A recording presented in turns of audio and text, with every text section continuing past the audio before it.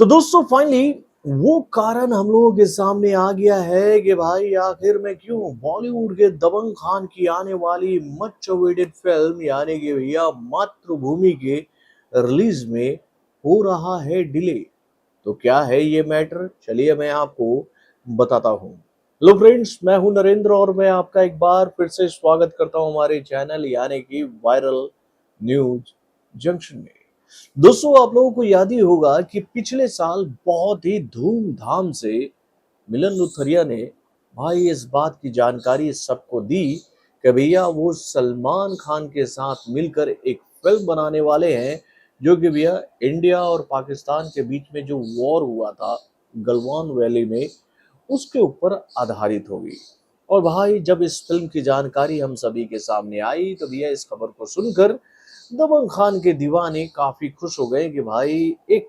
और बेहतरीन फिल्म सलमान खान के खाते में आ चुकी है और इस फिल्म के माध्यम से सलमान खान जो है वो अपने चाहने वालों को एक बेहतरीन तोहफा देंगे सिनेमा घरों में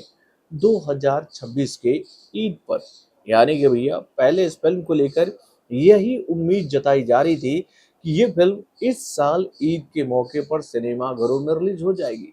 लेकिन ऐसा हुआ क्या? तो भाई इस सवाल का जवाब है बिल्कुल नहीं। यानी कि भाई इस बार की ईद पर सलमान खान की फिल्म का डंका नहीं बजा, बल्कि भैया धुरंधर जो है वो इस फिल्म के रिलीज डेट पर एंट्री मारकर भाई धमाल मचा गई। और उसके बाद से ही सलमान खान की आने वाली इस फिल्म को लेकर खबरों का बाजार गर्म होता रहा, कभी ठंडा होता रहा, कभी ये जानकारी आई कभी वो जानकारी आई और फाइनली इस फिल्म को लेकर ये जानकारी हम लोगों के सामने आ गई कि भाई इस फिल्म का जो पहले नाम सेलेक्ट किया गया था यानी कि भैया बैटल ऑफ गलवान, उसे बदलकर अब मातृभूमि कर दिया गया है। और उसके साथ ही ये खबर हम लोगों के सामने आई कि भैया ये फिल्म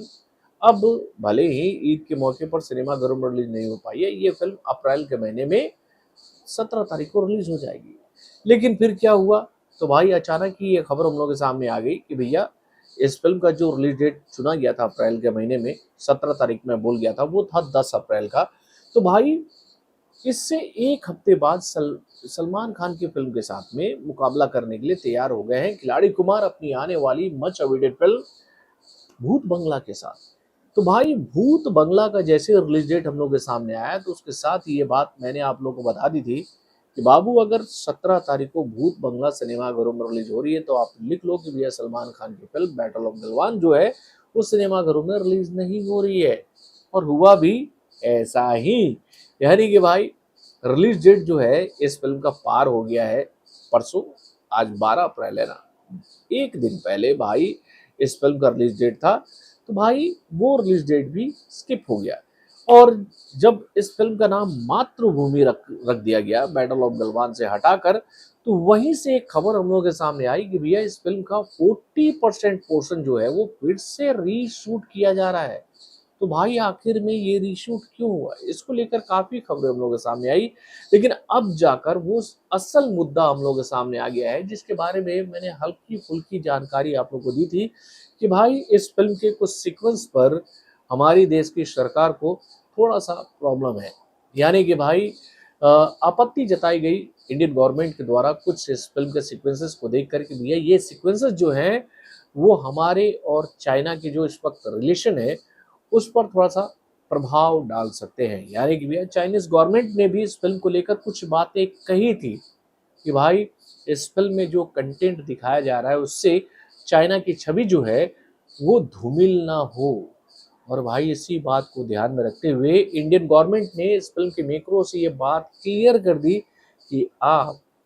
इस फिल्म में कहीं भी चाइना का नाम नहीं ले सकते हो। यानी कि आप जब इस फिल्म को देखोगे जिसको लेकर ये बात कही गई थी कि भैया ये फिल्म एक रियल इंसिडेंट के ऊपर आधारित फिल्म है जो कि भैया इंडिया और चाइना के बीच में वॉर हुआ था उसके ऊपर ये फिल्म बनी है। तो भाई अगर ये फिल्म उस इंसिडेंट के ऊपर बनी है तो भैया अगर इस फिल्म में चाइना का नाम नहीं लिया जाएगा तो भाई ये फिल्म कहाँ से रियल इंसिडेंट हुई? और भाई अब ये खबर हम लोगों के सामने आ रही है कि भाई रक्षा मंत्रालय ने इस फिल्म के मेकरों को ये बात कही है, इवन ये बात निकल कर आ रही है सोशल मीडिया प्लेटफॉर्म से कि भाई इस वक्त इंडिया और चाइना के जो रिश्ते जो हैं वो सुधरे हुए हैं और सब कुछ ठीक चल रहा है और इस फ़िल्म की वजह से कुछ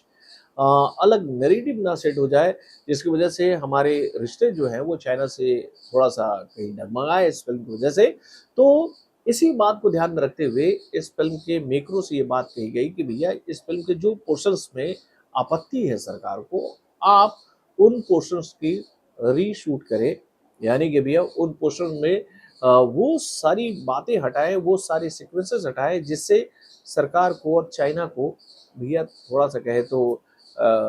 आपत्ति हो सकती है। और इसी बात को ध्यान में रखते हुए इस फ़िल्म के 40% को रीशूट किया जा रहा है, फिर से रीराइट करके। यानी कि भाई इस फ़िल्म में अब सलमान खान के किरदार को ध्यान में रखते हुए उनके कहें तो भैया फ्लैशबैक के पोर्शन को डाले जा रहे हैं। मतलब कि भैया इस फ़िल्म में कुछ ऐसे सीक्वेंसेस डाले जा रहे हैं जिसको आप कह सकते हो कि भैया वो फ़िल्मी लिबर्टी है और फ़िल्मी लिबर्टी दिखाते हुए इस फ़िल्म को अब काल्पनिक फ़िल्म के तौर पर पब्लिक के बीच में रखा जाएगा। यार ये खबर जब हम लोगों के सामने आई है, तो इस खबर को सुनकर थोड़ी-सी तो मायूसी हुई है कि भाई अब इस फ़िल्म को हम लोग रियल इवेंट पर आधारित फ़िल्म माने या फिर फ़िल्मी कहानी माने, ये बात तो क्लियर तब होगी जब ये फ़िल्म सिनेमाघरों में रिलीज़ होगी। अब भाई 40% इस फ़िल्म का अगर पोर्शन जो है वो रीशूट हो रहा है, तो भैया उस पोर्शन में क्या शूट किया जा रहा है, किस तरह से शूट किया जा रहा है, उस पोर्शन में क्या बदलाव किया जा रहा है, ये बात तो हम सभी को पता चलेगी सिनेमाघरों में और ये बात हम सब जान भी नहीं पाएँगे कि इससे पहले इस फ़िल्म का ओरिजिनल वर्ज़न किस तरह से शूट किया गया था। तो भाई अब बैटल ऑफ गलवान को लेकर ये बात कही जा रही है कि जब ये पोर्शन शूट हो गया है, यानी कि भैया ये जो 40% का जो पोर्शन था ये शूट हो चुका है, तो भैया ये नया वर्जन अब सेंसर बोर्ड के पास भी भेजा गया है और उसके साथ भैया रक्षा मंत्रालय के पास भी बताया जा रहा है कि इसके पोर्शंस को भेजा गया है कि देखिए इस फिल्म को अब हम लोगों ने बदल दिया है आपकी गाइडलाइन के अनुसार, तो आप इस फिल्म को देखकर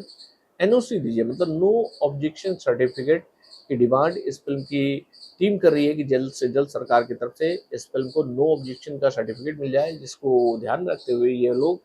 इस फिल्म को सिनेमाघरों में रिलीज कर सके। यानी कि भाई अब सब कुछ डिपेंड करता है इस फिल्म का जो 40% जो रीशूट हुआ है, जिसको फिर से फिल्म के साथ में अटैच करके भेजा गया है सेंसर बोर्ड के पास में, जहाँ से ये फिल्म को एनओसी मिल सकती है, यानी कि भैया ये बात क्लियर हो सकती है कि हाँ अब आप इस फिल्म को